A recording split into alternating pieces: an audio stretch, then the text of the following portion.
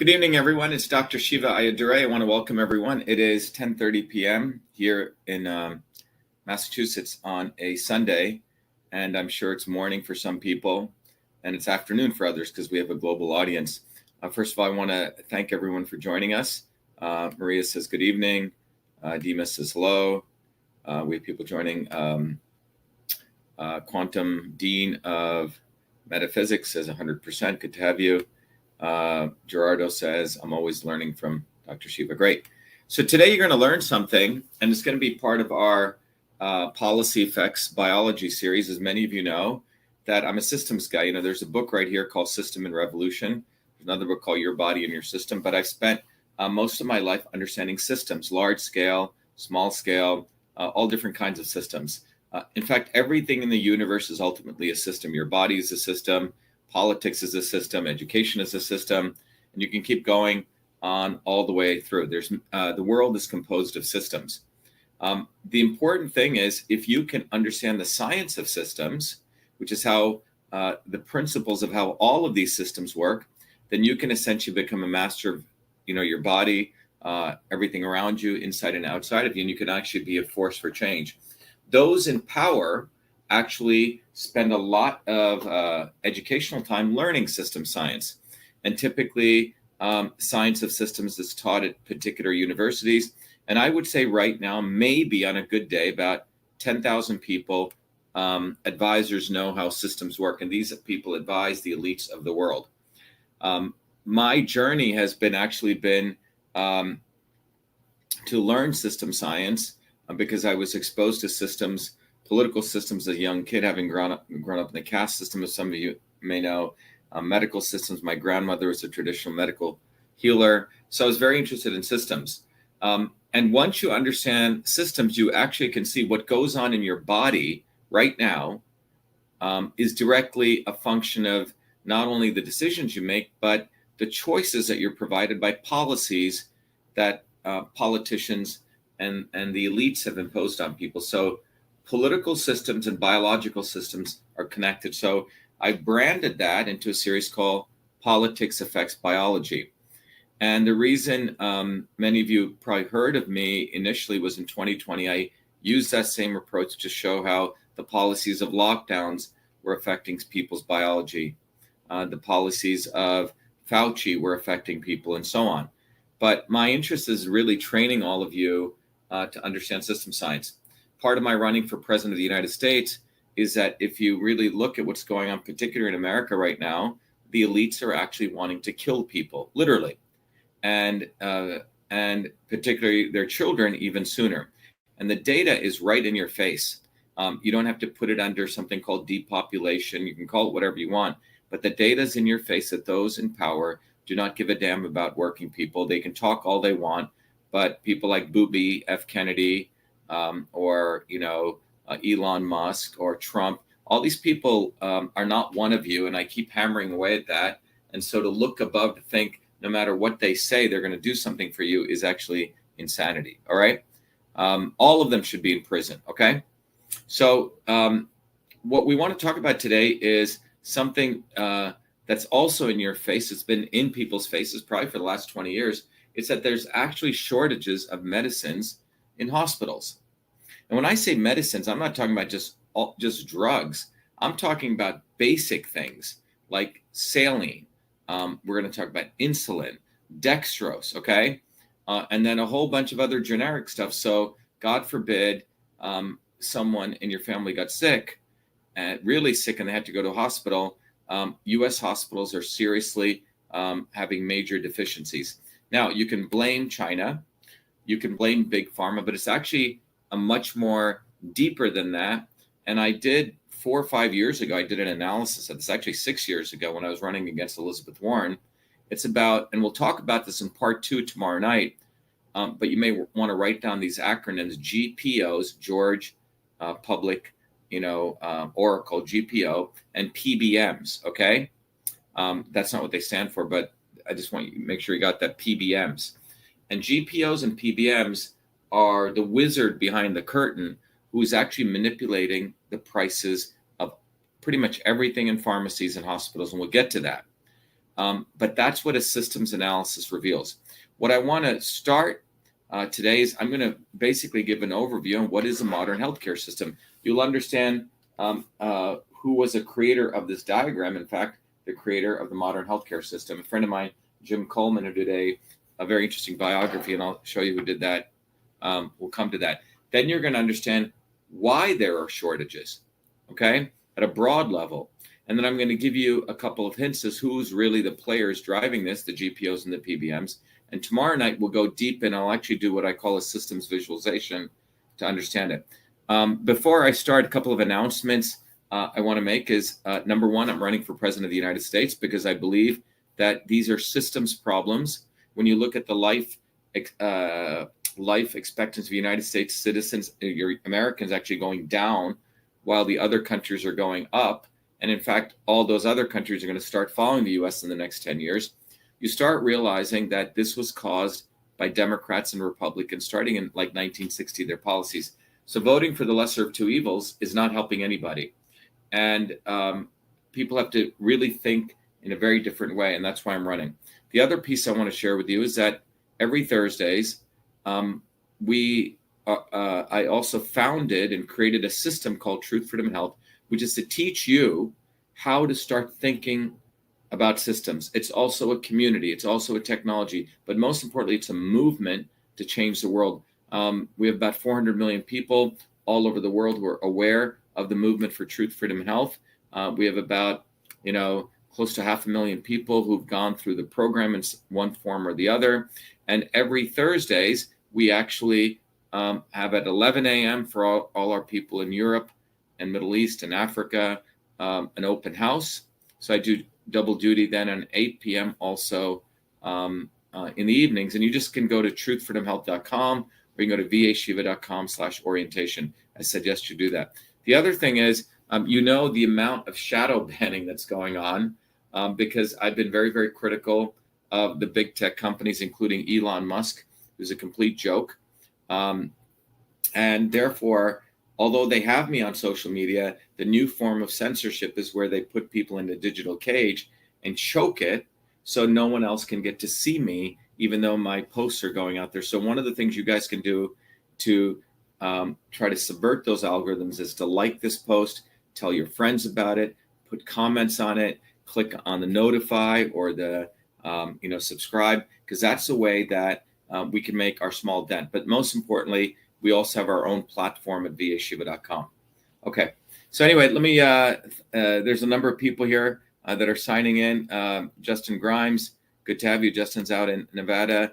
Debbie McIntosh is out in Australia. Good to see Deb. Joe Johnston, it is GMO food and NutraSweet approved by Rumsfeld. It's a lot of things. It's not only one thing, but that's one of them. Portugal, great to have you.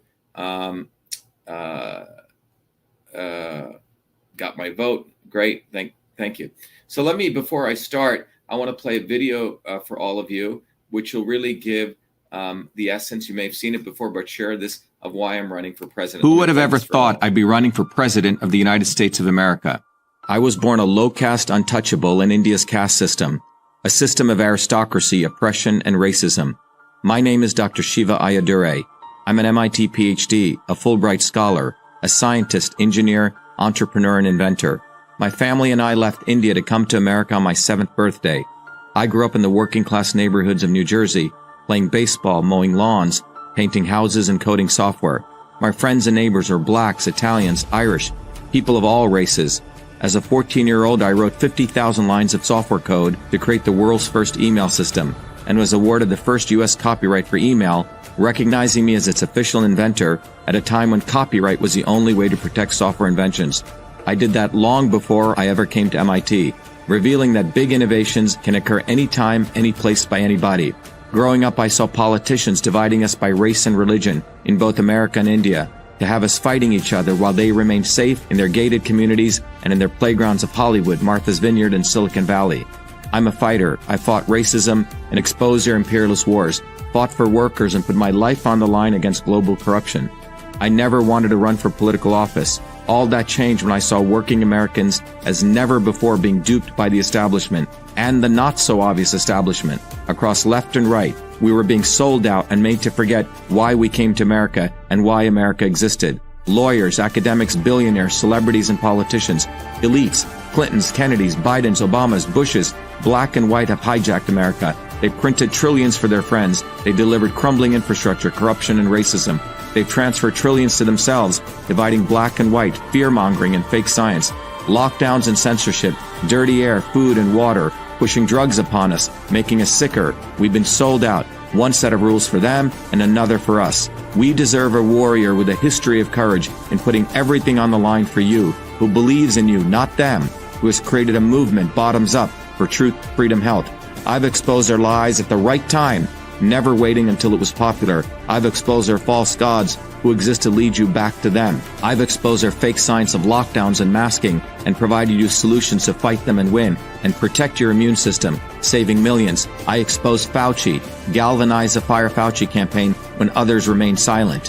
When they stole our election, we sued the government and Twitter in our historic 2020 federal lawsuit, exposing in bare view the government and big tech censorship infrastructure, the unholy alliance between government and social media companies. Where was Elon and his grifters? They stood by the sidelines and did nothing. They did not use their megaphones to help us when it could have made a big difference. Now our movement grows for truth, freedom, health, independent of all of them. Every day millions are learning the science of systems, the knowledge the elites do not want you to have, so you may learn how to think, stand up, and fight, independent of the establishment of left and right and their fake heroes. Now it's time for you to join the movement, to win back America, to win back truth, win back freedom, win back your health. That's why I'm running for President of the United States. This race is about you. This race is about truth, freedom, health versus power, profit, control. We've had enough. They think we'll fall in line and vote again for their lawyers, celebrities, billionaires, and chosen ones from above. We choose our heroes from below, from the rank and file, who do what is right at the right time, not when it's convenient and popular. They can never represent us. What America needs is a movement by the working people, for the working people, who are educated, organized, decentralized, and fight for independence from their systems of control. And that movement exists. It's ready for you. We don't need them. We need us to go bottoms up, neighbor to neighbor. My journey, your journey are all the same. It's our time. It's time we had one of us. It's time to win back truth, freedom, health, to win back America. Be part of this historic movement all the way to our victory on November 5th, 2024. If you're an American citizen, pledge your vote now for Dr. Shiva Ayyadurai, the independent candidate for U.S. President. No matter where you live, you can be a part of this. Volunteer as little as 20 minutes a day. Don't delay. This is Dr. Shiva Ayyadurai, and I approve this message, paid for by Dr. Shiva for President.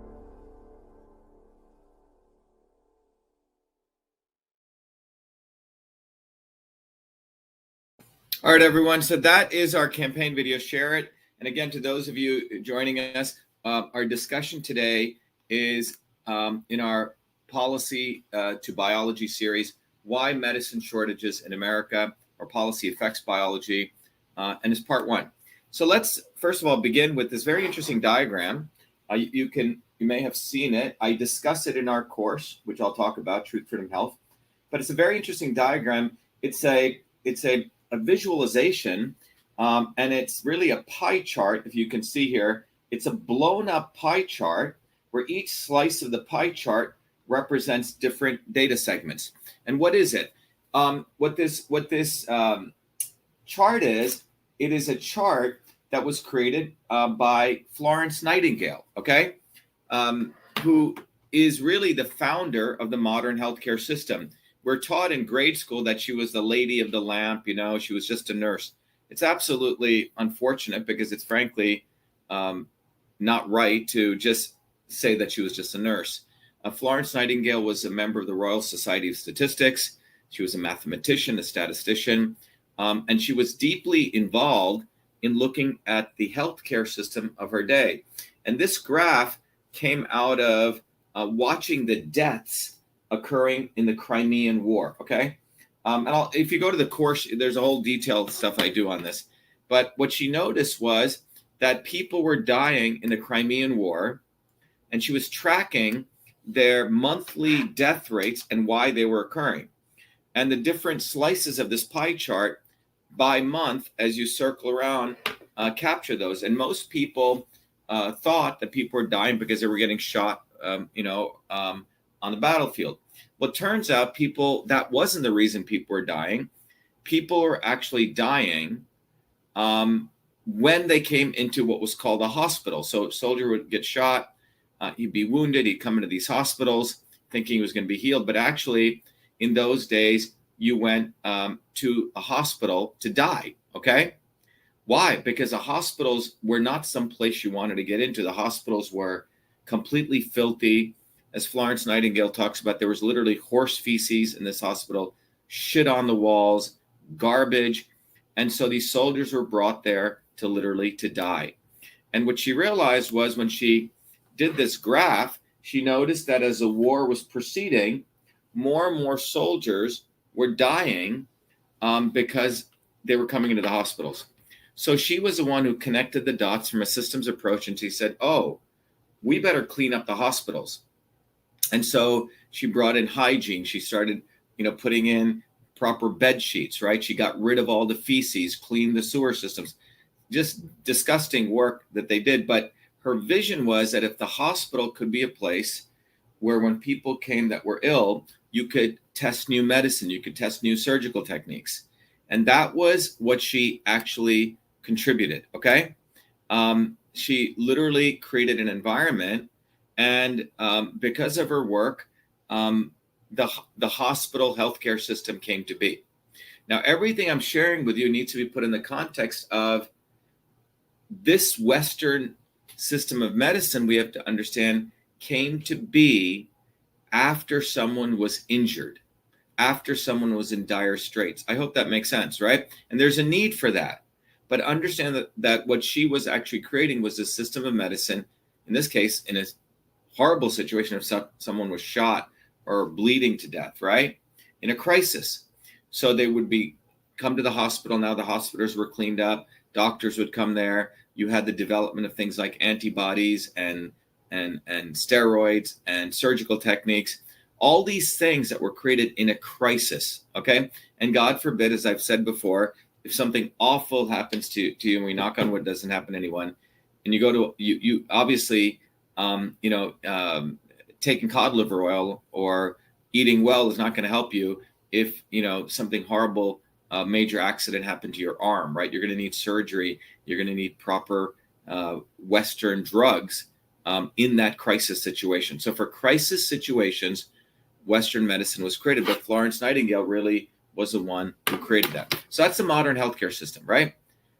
And if you go back as that system of healthcare developed, initially these hospitals started coming, and you as an individual, some of you may remember based on your age, in the 1970s, there was really no healthcare insurance, okay? If you had an ailment, you went to your local doctor who knew you and your family, maybe even knew your grandparents, okay? And that doctor would meet you. Sometimes he'd come to even your home. He'd look at your face, he'd talk to you, and he would figure out what was right for you. So the relationship between you and the doctor was direct. If he said to go to a local hospital, you went to a local hospital. If you wrote a prescription, you went to your local pharmacy. It was all very local, and there was some personalization to it, okay?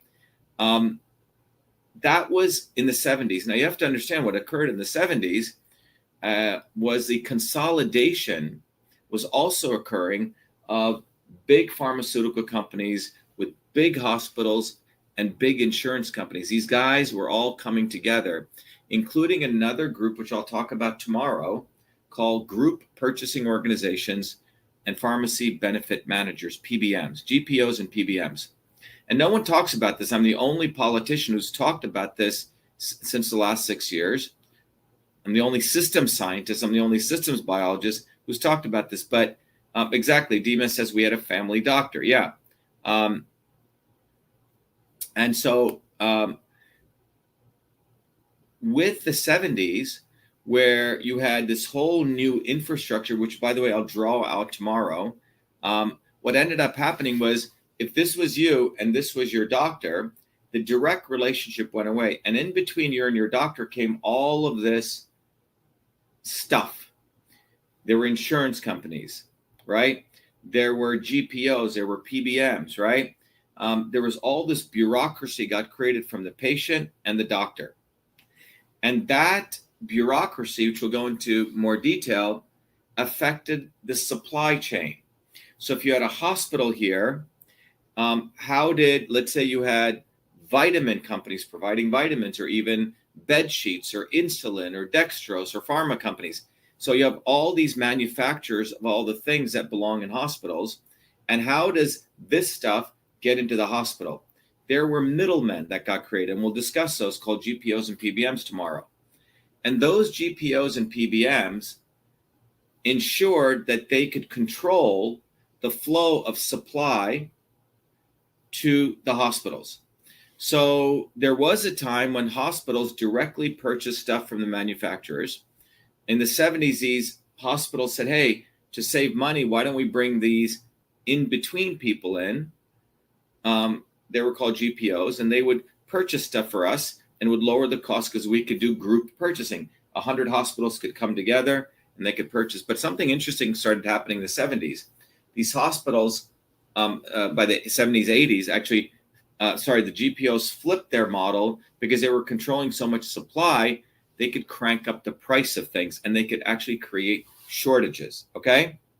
So the GPOs and PBMs became the real devils. You could have a pharma company here, which has a generic drug, which is selling for nothing, but the GPOs in the middle could crank up the price of these things. And in fact, if you as a hospital didn't buy their products, or you were unwilling to do that, they could create artificial shortages and increase the charge to the hospitals. Now in the United States, someone just said medicine is cheap in India. Yeah, you know why? Because people typically pay out of pocket directly, okay? There are no insurance companies per se. It's only starting to come. Most people just go and they pay out of pocket. Insurance companies, what may seem ironic, is they actually want costs high. Because if costs are high, you're going to say, oh my God, I got to get insurance. What happens if I get caught in a deadly situation? I need insurance, right? So insurance companies, in collusion with hospitals and really the GPOs, it's not really even big pharma, the GPOs have made it so costs are high. Someone just said costs in India are low. A friend of mine had someone who was suffering from a child who was suffering from a respiratory issue. There's a very simple generic medicine called Bosentan, which is made in India, which is about 12 cents a tablet. Well, that same product sells in the United States for $25, nearly 200 times more. And that's what's going on. The in-between guys have cranked up the cost of medicine in collusion with the insurance company. So you go, oh my God, the medicine's so high, I got to get insurance. All right. And I'll do a little drawing that I've done before tomorrow on it in part 2.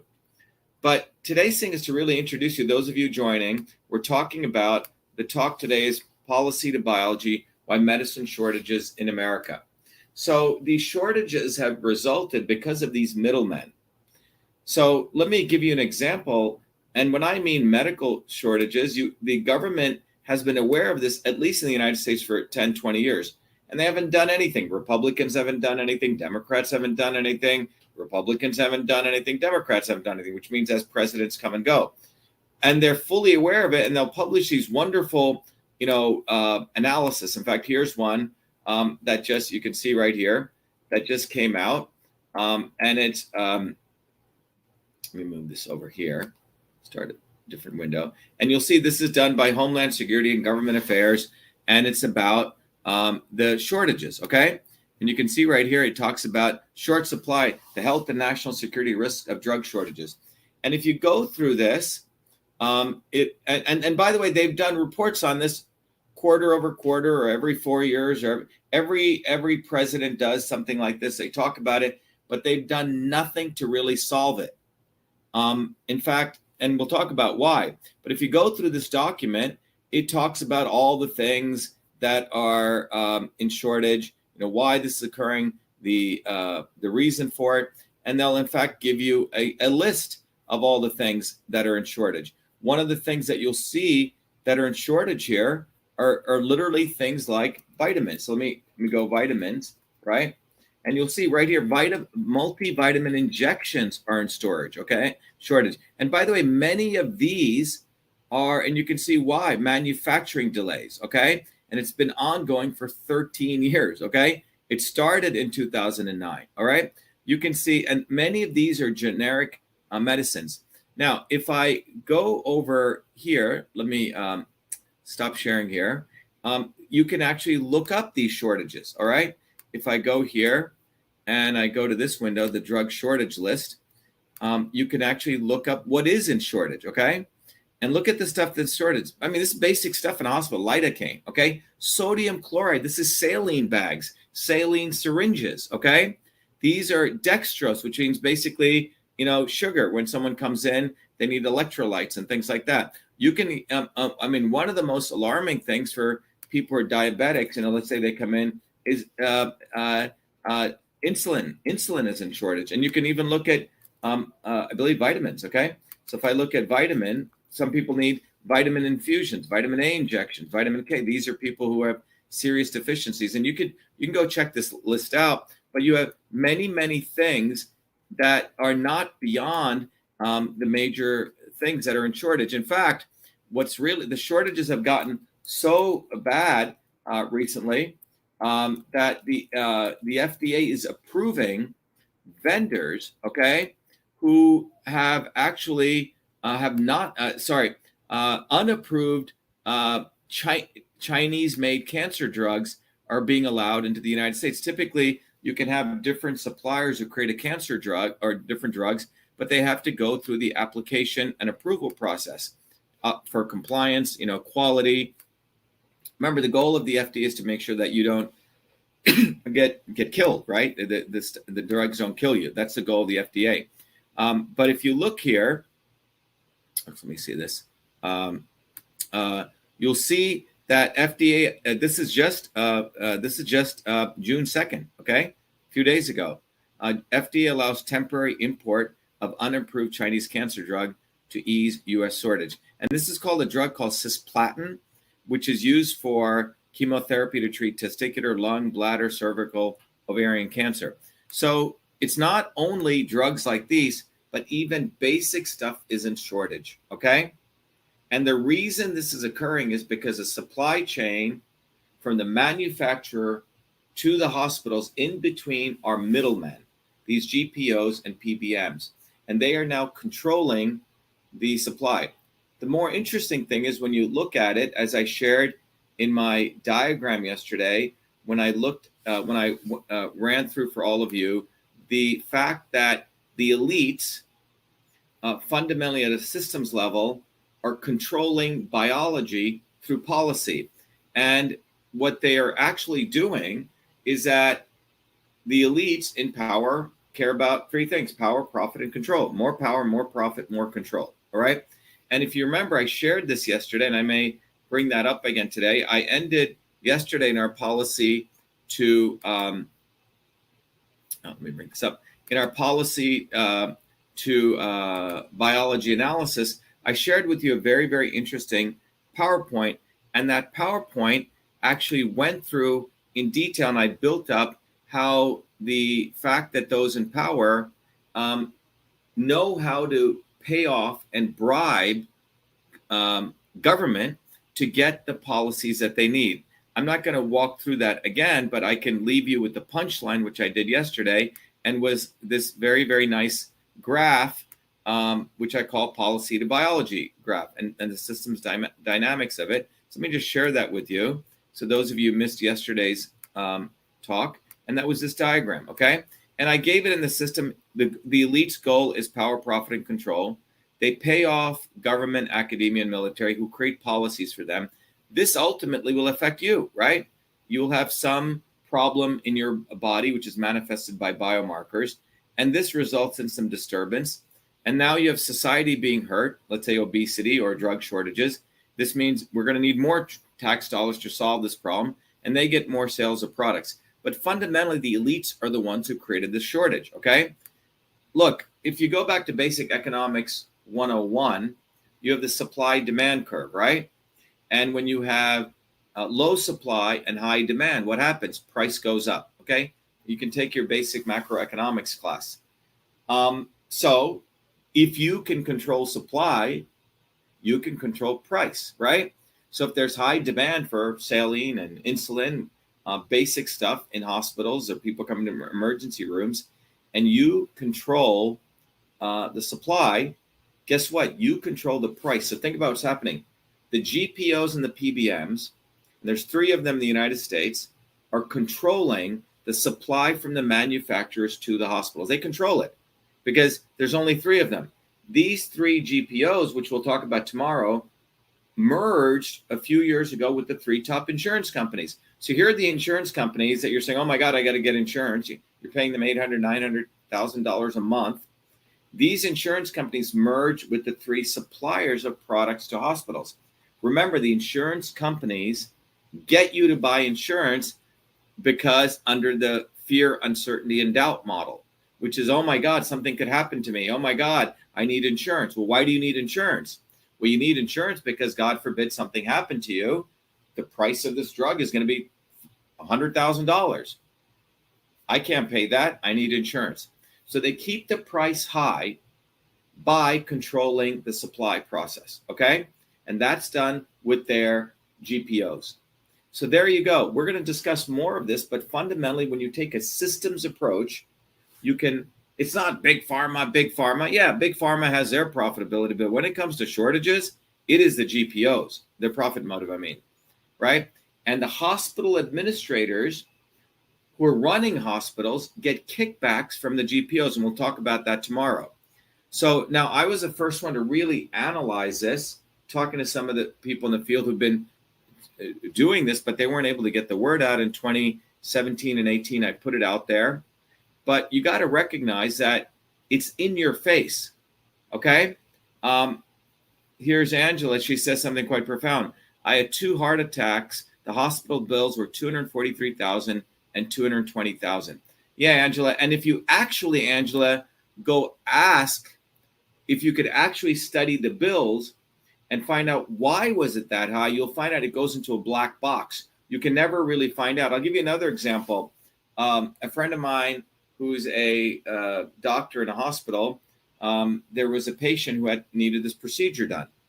And he could do it outpatient. Outpatient means he doesn't need to come to the hospital. So he said, hey, look, fly in, just get a little motel, just get a basic motel for $70, $80, $100. Come in, I'll do the procedure. It'll be like $2,000, okay? Anyway, the hospital overruled the physician. And yeah, so Angela, you should go see if you can actually find the line item thing and why it's that expensive, and you won't be able to do it. The hospital medical industry is the only industry where you can never find the actual cost, okay? So anyway, this doctor friend of mine was overruled by the hospital, and they said, no, for this procedure, he has to stay at the hospital. Instead of a $2,000 bill, his bill was nearly $40,000, okay? $2,000 to $40,000, okay? So that's what's going on. The cost is high. The cost is inflated because they control supply. So whenever you hear shortages, as I just shared with you, and we'll share more, this means that someone is controlling the supply. Or there's a whole collusion taking place that it could be a Chinese company, for example, who has a supply, and maybe their lobbyists have paid off congressmen, okay, to ensure that the FDA says, okay, let's overrule that for now. Let's get that supply in. And that company makes a ton of money. You see, it is ultimately comes down to power, profit, and control. When Trump was in power, he didn't do anything about GPOs and PBMs. Obama didn't do anything. Clinton didn't do anything. None of these people do anything to actually ensure that working people can live a decent life. And that's why when you connect all the dots, you come down to one conclusion. And that conclusion is those in power want to kill you. And they want to kill your children even faster. That's why the curve that I shared with you when I launched my campaign for president makes it amply clear. This is not some conspiracy. it's in black and white. As I've kept sharing that graph over and over and over again, and we'll keep sharing that graph over and over again. And that graph succinctly shows what's going on. And let me do that again as we sort of close this out, because again, tomorrow I'll be literally going into detail and showing you exactly why these prices are so high. Okay, this is just the first preview. But if you look at this graph, as I've shared before, this is what's going on. All these lines represent life expectancy rates in the industrialized nations. But this gray line represents the average of all the industrialized nations. Now look at the US. Because of the policies that started in 1960 and 70, starting in 1980, the US deviates. It's not going up, right? It's going in this direction, in this direction. It starts going downward. And look what happens. When right before COVID hit, it was actually going down, and it came massively down. And in fact, it's still going down. What this means is that your children in the United States are going to live less than you. This is a downward spiral that's occurring, and it's in black and white. And I'll keep talking about this graph because this is what's going on. They want to kill you. It's that simple. They do not care about everyday people. And forget what they say, forget what Trump says, forget what Obama says, forget what Booby effing Kennedy says. Forget what all these people say. They're elites. They live in Malibu. They have access to organic food. They live among their circles. They get the best food. They get the best treatments. Go to academics. Academics get the best insurance. Okay, and they don't pay anything for it. It's all government funded. Our tax dollars fund these academics' insurance. We need a systems overhaul. That's why I'm running for president. We need a systems overhaul where you start learning the science of systems to understand how you are getting screwed and what is your way out of it. That is the only way forward. There's no other way to think you're going to vote your way or choose a lesser of two evils. Because what happens when you choose the lesser of two evils? You get this. Choosing the lesser of two evils is why we're here. And I'm here to tell you that the reason I care is because I'm one of you. These people do not care about the suffering of everyday people. It's that simple. Don't think they do. They do not care. Because if they did, you wouldn't have this downward spiral. You wouldn't have insulin shortages. You wouldn't have saline shortages. You wouldn't have bedpan shortages. You have massive shortages in U.S. hospitals because the supply is being controlled so the price can go up. So you go buy insurance. Okay? And there is no Messiah going to solve this. Even God ultimately wants to see, what are you going to do? Okay? Prayer is good. Believing in God is great. But what will you do? Remember, there's 8 billion people on this planet. There's more of us than them. Why is it we consistently keep looking upward? Why is it we think they're going to solve our problems? They're not. We have to solve our problems. I'll be right back. I just want to inspire you to know that there is a solution, and we have to grow the movement for truth, freedom, and health, which we've built, support our campaign, and all of you, we've created the infrastructure, truth, freedom, and health, so all of you can take care of your health.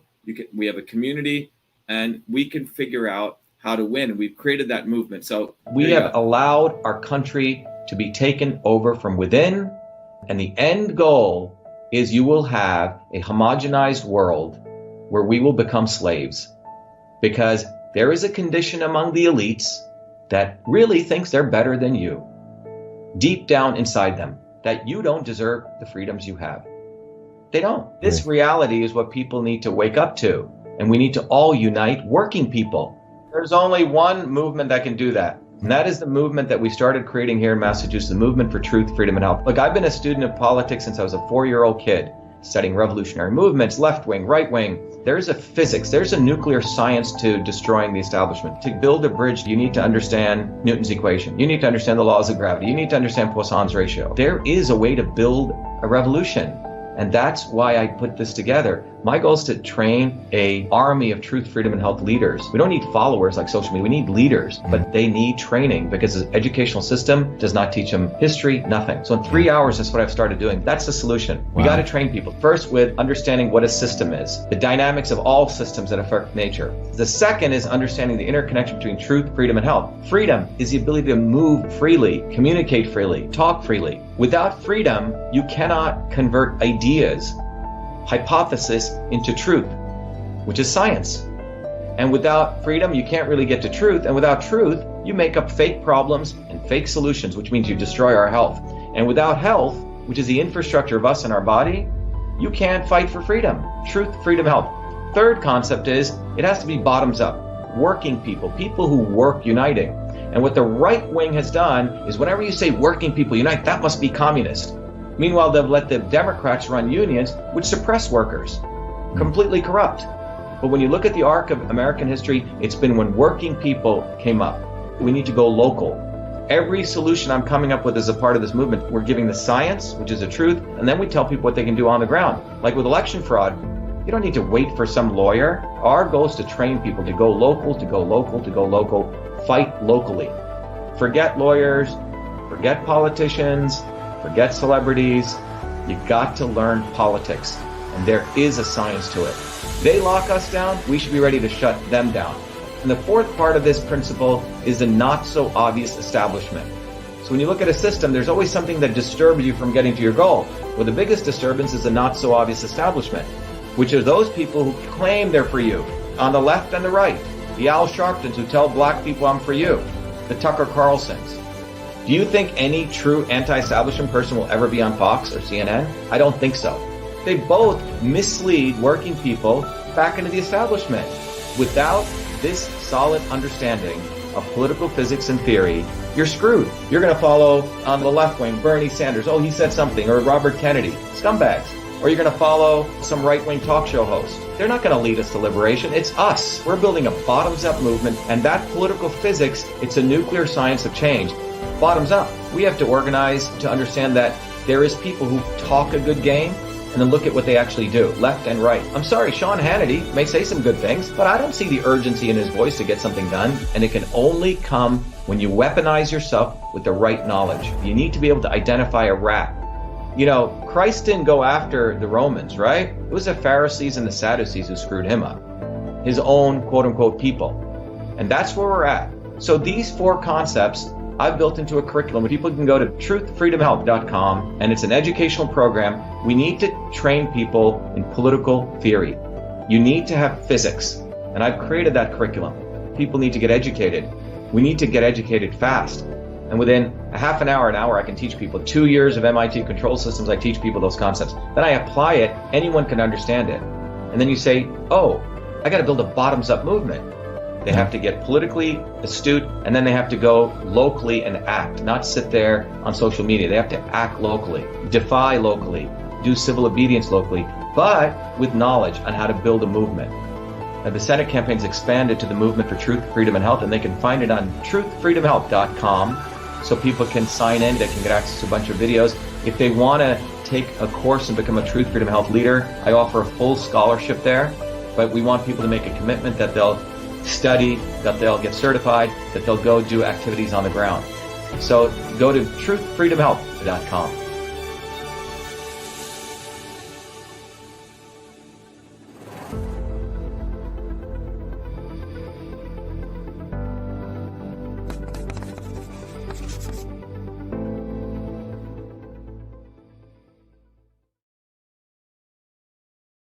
Tomorrow, I will go into detail showing you the actual systems diagram. You know, I used to teach a class at MIT called Systems Visualization, but you will really understand in detail how these GPOs and PBMs, which are really the devils who are controlling the supply, are doing it. And I'll also talk to you about a solution, a true healthcare solution that solves all of this. So it's not only we're going to understand what the real problem is, but the real solution. And in closing, I want all of you to take some action. You can go to shivaforpresident.com. You can volunteer. If you want to give money, you can. But let me just make something very clear. I can't understand why billionaires need donations. In my view, if you give me something, the reciprocity is I want to give you something back. It's not like, oh, vote for me in 2024. What I'll give you back, if you go to the site, is that I actually give you, commensurate to what you donate, a whole value of courses and content and books even. Because I want you to learn. My great-grandfather said, the biggest gift is knowledge. So, and you don't have to pay anything, but get involved. That's on the campaign side. Also, go to truthfreedomhealth.com, come to our orientation, and become a Truth, Freedom, and Health warrior. Every Thursdays at 8 p.m., I also do an open house where we're training people on how to take care of their bodies. We're training people on how to buy local foods. We're training people on how to think. We're giving people the 7 secrets of innovation so you can start your own business. We're also teaching people how to take care of their own families and how to maintain finances. We're actually doing stuff here and now. It's not like when we win the presidency. So this is a movement. So get involved. They're not going to do anything for us. As I shared earlier, they want to kill you. Because if they didn't want to kill you, why is the data like this? Okay? If they didn't want to kill you, why is it like this? The reality is it takes a lot for everyday working people, because most of us are good people. We're not into power, profit, and control. We're into truth, freedom, and health, right? Because we're good people, we think everyone else is good. Kennedy's a scumbag. Robert Booby, as I call him, Booby effing Kennedy, supported lockdowns in 2020. Now all the elites promote him as though he's a fighter. They steal all of our material. Elon Musk is another big scumbag. He hates free speech. He just was in China and he said China and the United States are connected as conjoined twins. We have the same interests. That's not true. When he says we have the same interests, he's saying he and the Chinese elites and the US elites have the same interests. So please wake up, recognize that the only person who's going to save you so you can live long and prosper your children is us. And I'm one of you. That's why I'm bringing this up. No other candidate is talking about this graph. And if they do, it's to mimic me. So to manipulate people. But we have to recognize that it's time that we build our own movement. We've built that movement of Truth, Freedom, and Health. And the vehicle of the Shiva for President campaign gives you an opportunity to participate. So, you don't say, well, who do we vote for president? Well, you vote for me, okay? And you vote for us. And that's what our movement is. So anyway, tomorrow we'll start a little bit early, probably about 8:45 PM EST, but we'll literally go through the entire systems analysis, and you will have a diagram that literally shows you how the insurance companies, how the big hospitals, and these people called GPOs are manipulating price. And no politician wants to address this. The first thing I will do, one of the first things, is I will sign an executive order to end GPOs and PBMs. It should be illegal what they're doing. It's complete insider trading, okay? But no other politician will do that because they're not independent. This is a key. I am truly independent. I don't owe anything to the left. I don't owe anything to the right. I don't owe anything to Democrats and Republicans. And this is why they shadow ban us, because I'm not in one of their camps. Neither is our movement. So get involved, ShivaForPresident.com, TruthFreedomHealth.com. Become a warrior scholar. Support this phenomenally growing movement. Nearly 500 million people in the world know we exist, so they can't hide us. We have nearly 500,000 warrior scholars. Become one, but it's really up to us. No one else is going to save us. Unfortunately, there is no Messiah coming tomorrow to help us. We have to do this. Thank you, everyone. Be the light, and have a good night.